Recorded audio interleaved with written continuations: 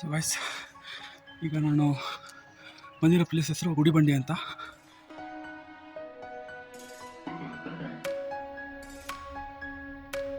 ಬೆಂಗಳೂರು ಏನಿದೆ ಅದು ಕರ್ನಾಟಕದವ್ರಿಗಿಂತ ಹೊರಗೆ ರಾಜ್ಯದವರು ಅಂದರೆ ತಮಿಳ್ನಾಡು ಆಗಿರ್ಬೋದು, ಆಂಧ್ರ ಪ್ರದೇಶ, ತೆಲಂಗಾಣ. ಸೊ ಇವರಿಗೆ ಹತ್ರ ಆಗಿದೆ ಅನಿಸುತ್ತೆ, ಸೆಂಟ್ರಲೈಸೇಷನ್ ಆಗ್ತಿದೆ.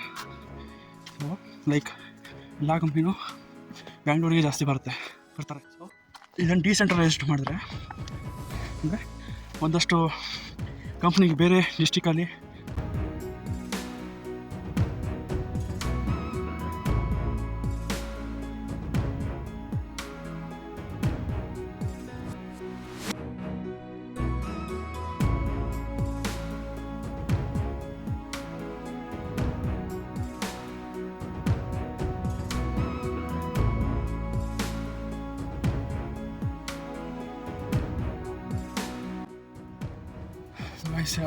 ಇಲ್ಲಿ ಮೇಲ್ಗಡೆ ಟಾಪ್ ರೀಚ್ ಆದ.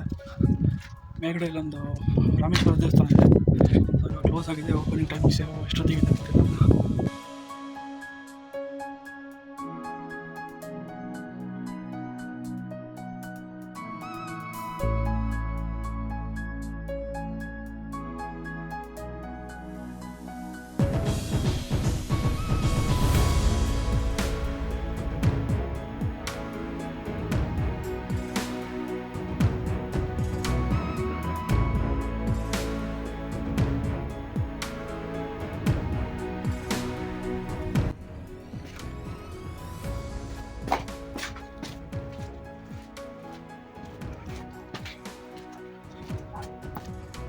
ಈಗ ಇಲ್ಲಿಂದ ಹೊರಡ್ತಾ ಇದ್ದೀನಿ. ನೆಕ್ಸ್ಟು ಒಟ್ಟದ ಹೊಸಳ್ಳಿ ಲೇಕ್ ಅಂತ, ಆಮೇಲೆ ಅಲ್ಲಿ ನೆಕ್ಸ್ಟ್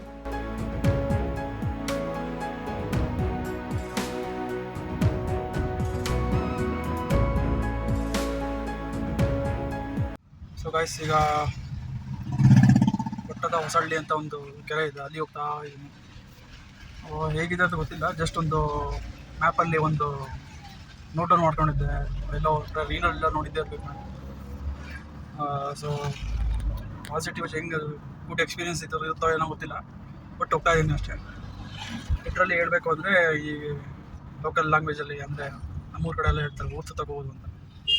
ಅಂದರೆ ಏನೋ ಒಂದು ಡೆಸ್ಟಿನಿ ಇರೋಲ್ಲ, ಸುಮ್ಮನೆ ಸುತ್ತೋದು. ಸೊ ಆ ಥರ ಏನೋ ಊರು ಸುತ್ತಕ್ಕೆ ಹೋಗ್ತಾ ಇದ್ದೀನಿ ಅಂತ ಹೇಳ್ಬೋದು. ನಿಮಗೆ ಆಲ್ಮೋಸ್ಟ್ ಆಲ್ ಹೆಂಗಿದೆ ಅಂದರೆ ಆಲ್ಮೋಸ್ಟ್ ಆಲ್ ಆಂಧ್ರ ಬಾರ್ಡ್ರ್ ಹತ್ರ ಇದೆ. ಇದು ಗುಡಿಬಂಡಿ ಅಂತ, ಗುಡಿಬಂಡಿ ಅಂತ. ಸೊ ಯಾ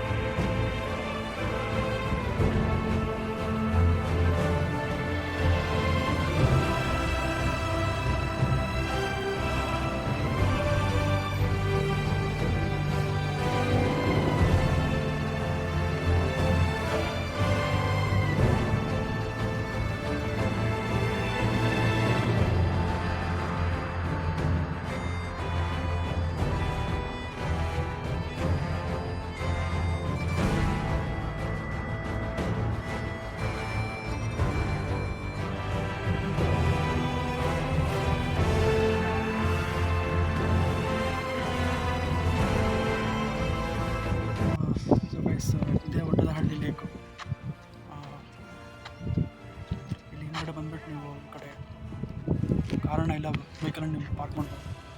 ಆ್ಯಂಡ್ ಇಲ್ಲಿ ಈ ಕಡೆ ಈ ಥರ ಬಂದರೆ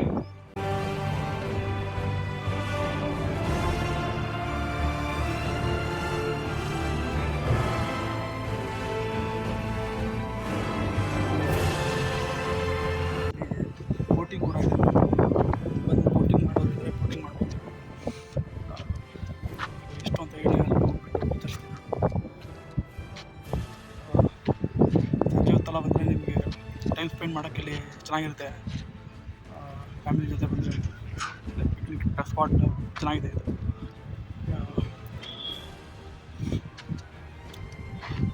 ನಂತರ ಒಬ್ಬನೇ ಬಂದರೆ ಹಿಂಗೆ ನೋಡ್ತಾ ತೊಗೊಂಡು ಅಷ್ಟೇ.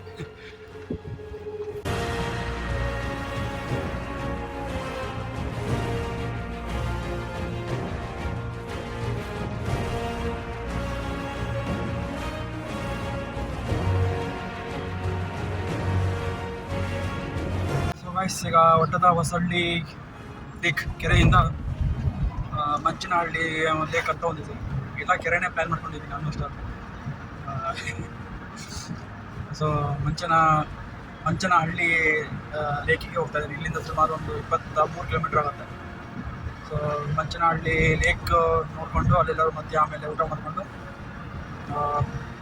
ಆದಿಯೋಗಿ ಏನೋ ಇಶಾ ಫೌಂಡೇಶನ್ ಇದೆಯಲ್ಲ ಅಲ್ಲಿಗೆ ಹೋಗ್ಬಿಟ್ಟು ಅಲ್ಲಿ ಸ್ವಲ್ಪ ಹೊತ್ತು ಟೈಮ್ ಸ್ಪೆಂಡ್ ಮಾಡಿಬಿಟ್ಟು ಆಮೇಲೆ ಅಲ್ಲಿಂದ ಮನೆಗೆ ಹೋಗ್ತೀನಿ ವಾಪಸ್. ಸೊ ಇದು ನಂದು